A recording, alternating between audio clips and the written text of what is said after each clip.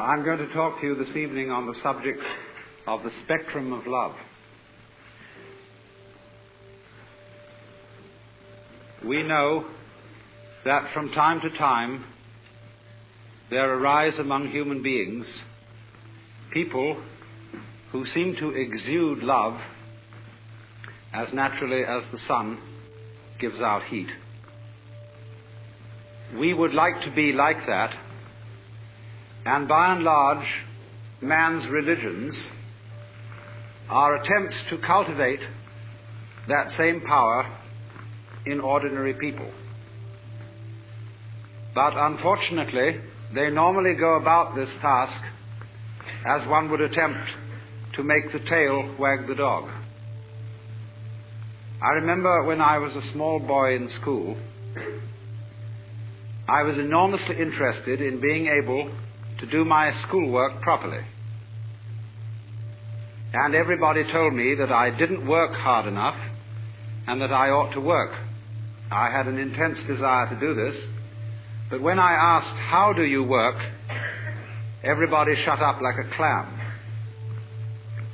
So I was extremely puzzled, but there were teachers who apparently knew how to work and had attained considerable heights of scholarship, and I admired them very much for their attainments. And so I thought that maybe I could learn the secret by copying their mannerisms. I would imitate the style of handwriting that they used. I would use the same kind of pen. I would affect the same mannerisms of speech and gesture, and insofar as I could get around the school uniform, even of clothing. I must assure you this, of course, was a private school in England, not a public school in America. But none of this revealed the secret, because I was, as it were, copying the outward symptoms and knew nothing of the inner fountain of being able to work. And exactly the same thing is true in the case of people who love. When we study the behavior of people who have the power of love within them, we can catalogue how they behave in various situations, and out of this catalogue formulate some rules. One of the peculiar things we notice about people who have this astonishing universal love is that they are apt, but not always so, but they are apt very often to play it rather cool on sexual love. The reason for this is, generally speaking, unknown to preachers, but it is because an erotic relationship with the external world operates, so far as they're concerned, between that world and every single nerve ending. Their whole organism, in all its aspects, physical, psychological and spiritual, is an erogenous zone. And therefore their flow of love is not specialized or canalized so exclusively in the genital system as it is with most other people. Especially in a culture such as ours, where for so many centuries that particular expression of erotic love has been so marvelously repressed as to make it seem the most desirable kind of love that there is. And so we have, as a result of 2,000 years of Christianity, sex on the brain. Which isn't always the right place for it.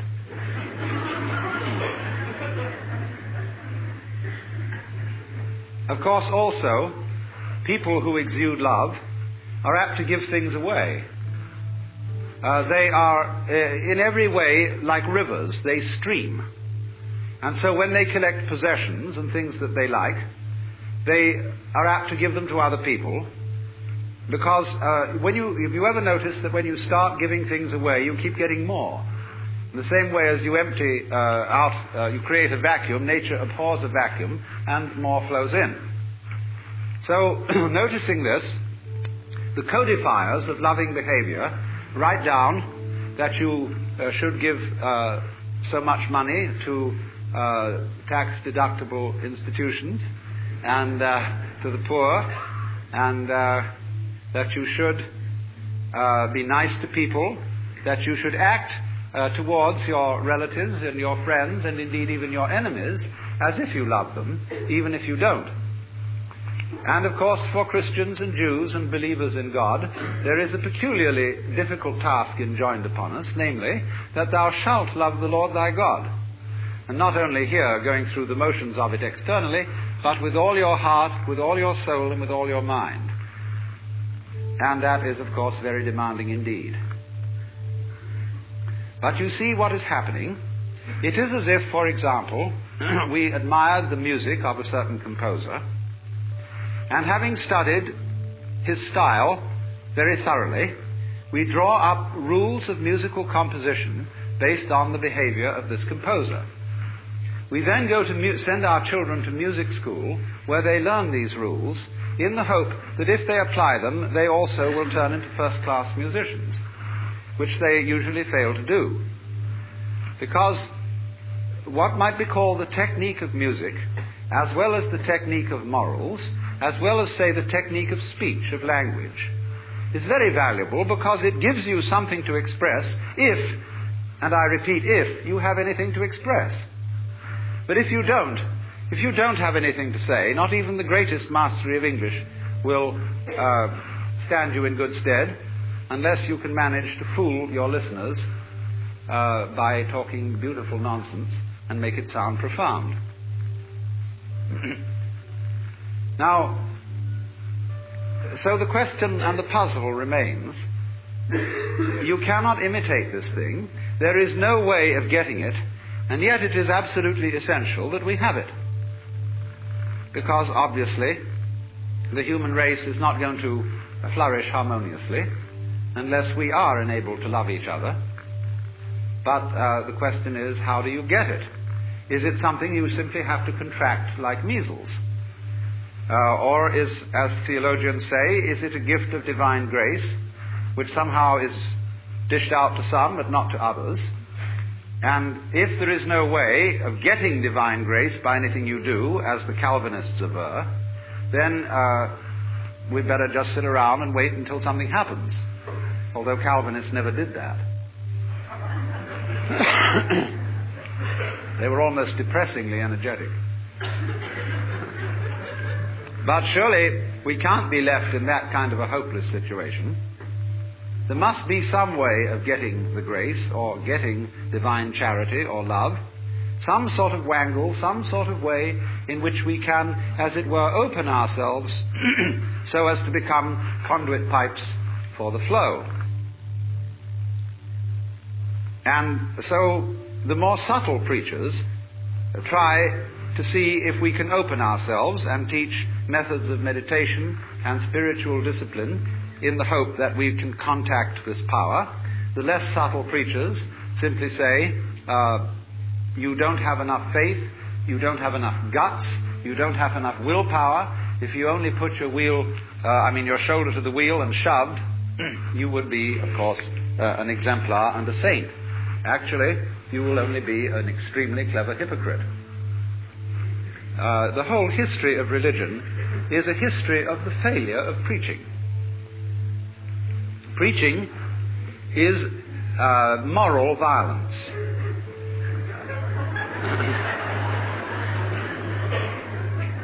If when you deal with the so-called practical world and people don't behave as you would wish they would, you get out the army or the police force or the big stick, and if those strike you as somewhat crude, you resort to giving lectures.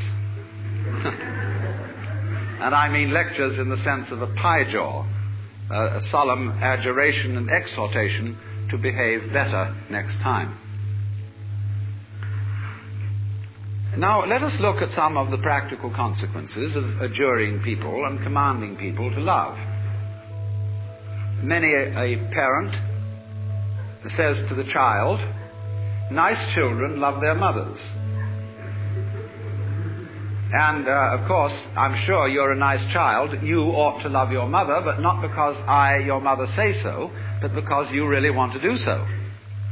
Because one of the difficulties is none of us in our heart of hearts respect love which is not freely given.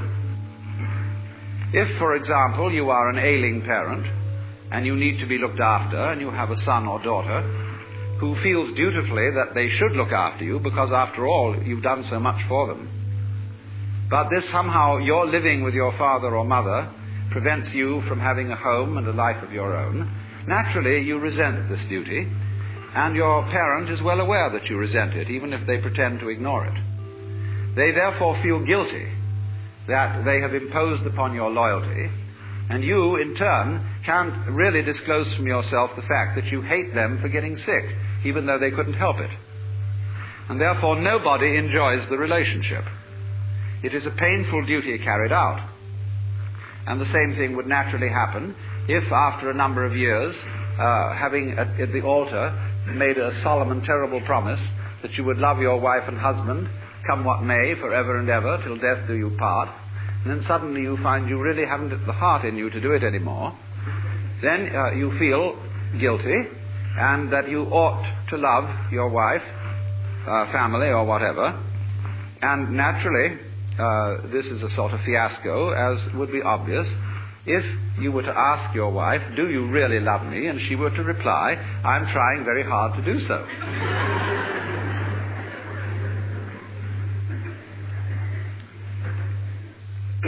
You see, the difficulty of it is this. You cannot teach a selfish person to be unselfish by any means. That is to say, whatever a selfish person does, whether it be giving his body to be burned or giving all that he possesses to the poor, he will still do it in a selfish way of feeling. And he will be able to do this with extreme cunning and marvelous self-deception and deception of others besides. But the consequences of fake love are almost invariably destructive, because they build up resentment on the part of the person who does the fake loving, as well as on the part of those who are its recipients. This is why the foreign aid program has been such a dismal failure.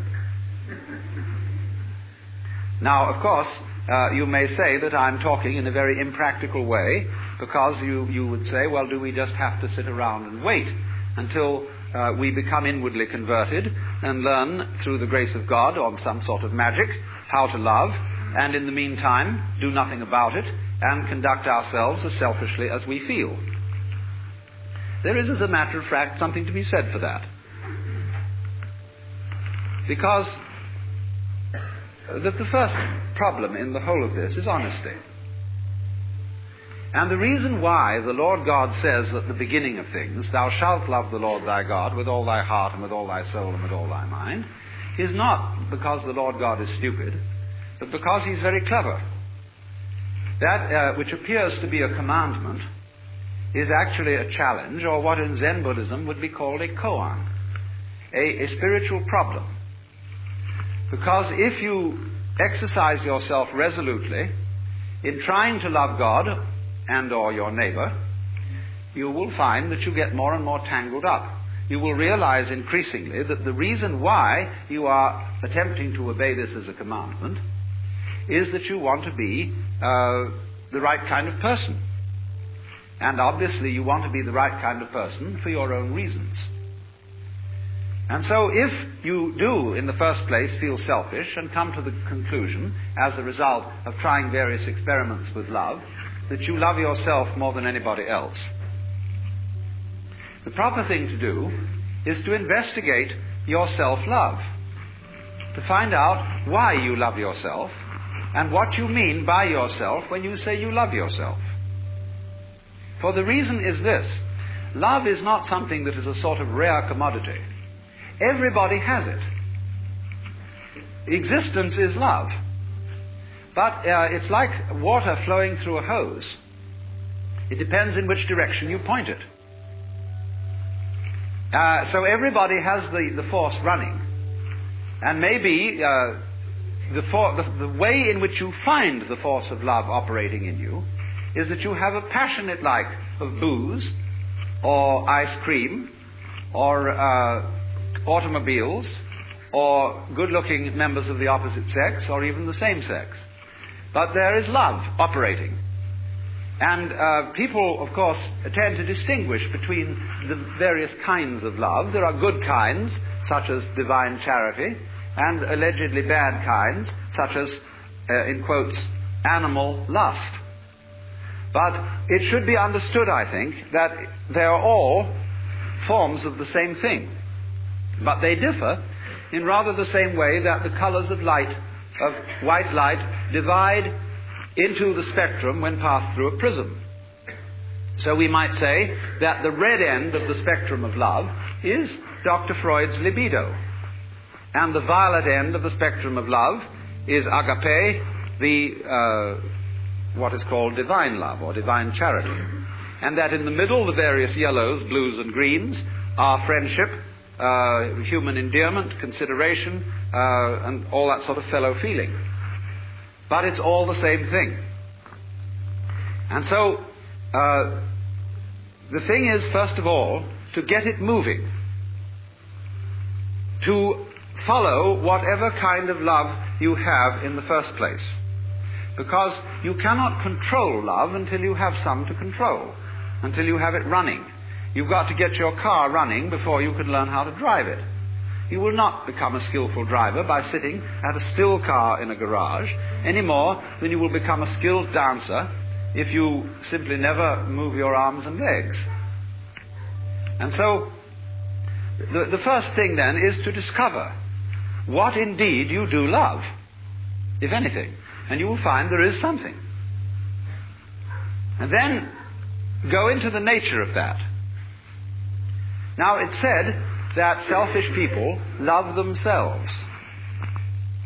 I would say that that is really a misunderstanding of the whole thing, because yourself is something that is really impossible to love. There are various reasons for this, but one obvious reason is that loving oneself is as difficult as kissing your own lips. Oneself, when you try to focus on it, to love it or to know it, is oddly elusive. It always slips away like the pursued tail of a dog who is trying to get hold of his own tail.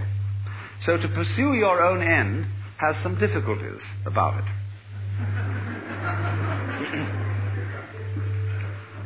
If you explore what you love when you say you love yourself, you will make the startling discovery that everything you love is something which you thought was other than yourself. Even if it be very ordinary things such as ice cream or booze, in the conventional sense, booze is not you, nor is ice cream. It turns into you in a manner of speaking when you consume it, but then you don't have it anymore. And so you look around for more in order to love it once again. But so long as you love it, you see, it's never you.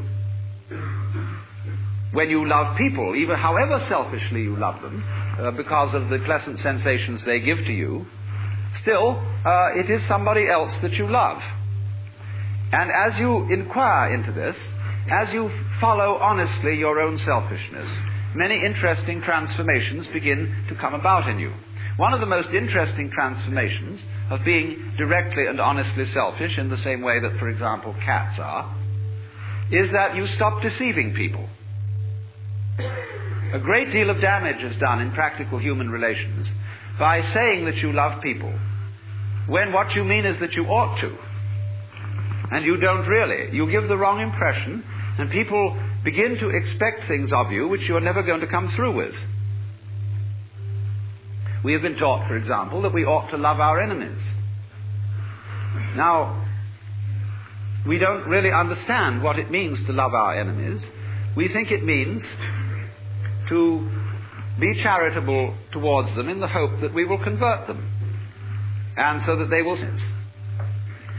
The real reason for loving enemies is that one needs enemies. They're terribly important to you. For example, I think that some of you here feel that you belong to a nice set of people. It may be an ordinary kind of bourgeois coterie of pleasant squares, or it may be a church group of some kind, a club, or a special cult, or just a group of friendly drinkers. But at any rate, you feel that by virtue of membership in this society, you belong to a special in-group of nice or saved people. Now, when you consider what nice people talk about when they sit round the dinner table and have an opportunity to nurture their collective ego, you will find that the most fascinating topic of conversation is the nasty people. How awful they are, what dreadful things they do, and what is it all coming to. And this very, very satisfactory, condemnatory conversation nurtures your ego. But people who do that don't seem to realize that they thereby depend on the nasty people in order to know that they're nice.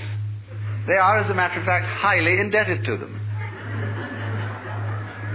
On the other side of the picture, the nasty people, it may be, say, beatniks opposite the squares, or some kind of repressed group. It might be a group of Negroes, or of Jews, or of Irish Catholics, or Italian Catholics, or anybody who generally gets regarded as being not quite nice. They, on their side, consider that they really are the best people, and nurture their collective ego by blasting the bourgeoisie, the squares, the wasps, the know-nothings, or whoever they may be. And so, for the collective ego of the non-squares, the squares are extremely necessary. If they were to disappear tomorrow, many of us would lose a cause. Now, the minute you begin to become aware of this, it's rather embarrassing. It's, of course, humorous, and I'm glad that you see this. Because at once you begin to realize how much you depend on an enemy, or an outsider, or a group of damned people as distinct from your own group of saved people.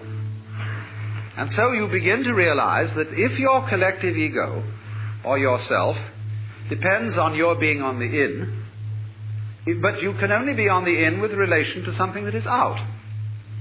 And since the in and the out are inseparable, if there is to be any in or any out, you suddenly discover that yourself is bigger than you thought it was. It includes the other, and you can't do without it. This brings about a fundamental change in the understanding of the meaning and nature of self. And thereupon, there become a change of attitude to other people, even if you continue with some formal opposition to them and disapproval of them. When, then, you are honestly clear with yourself what you like and what you dislike, and then at the same time, things that were hitherto defined as being not yourself, your love, which is what you are, begins to express itself quite naturally and unaffectedly in a wider way. Now, to trust oneself to be capable of love, to bring up love, in other words, to function in a sociable way and in a creative way, is to take a risk. It's a gamble. Because you may not come through with it. And in the same way, when you fall in love with somebody else, or you form an association with somebody else, and you trust them, they may, as a matter of fact, not fulfill your expectations. But that risk has to be taken. The alternative to taking that risk is much worse than trusting and being deceived. When you say, I will not trust other people, and I will not trust myself, what do you have to do? You have to resort to force. You have to employ stacks of policemen to protect you, and God only knows what makes you think you can trust them. And you have to hold a club over yourself all the time and say, no, my nature is wayward, animal, perverse, fallen, grounded in sin. So that, as a matter of fact, what happens, when you refuse to take the gamble of trusting yourself to be capable of love, you become like a person, if you will excuse this extremely graphic but nevertheless relevant simile, who cannot trust themselves to have bowel movements.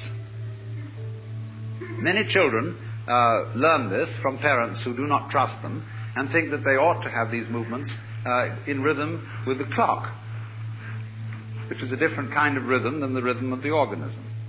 So people who cannot trust themselves to do this endlessly take laxatives, as a result of which their whole elimination system gets fouled up, needing more laxatives and so on and so forth. So exactly the same thing happens with people who can't trust themselves to go to sleep, have to take all kinds of pills. And so also with people who can't trust themselves to love and have to take all sorts of artificial and surgical measures to produce the effect of love for saving face. They get more progressively incapable of loving at all, and they create turmoil and misunderstanding and chaos in human society. In other words, to live together, you have to take risks. There will be disappointments and failures and disasters as a result of taking these risks, but in the long run it will work out. My point is that if you don't take them, the results will be so much worse than any kind of wild anarchy that could be conceived. You see, here we are now as a highly disciplined human race, with all kinds of rules and religions, and what are we about to do? Blow ourselves completely to pieces.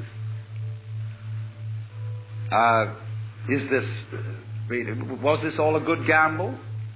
Because you see, in tying up love in knots and becoming incapable of it, you can't destroy this energy. You turn it, when you won't love and you won't let it out, the thing comes out in the form of self-destruction. The alternative to self-love, in other words, is self-destruction.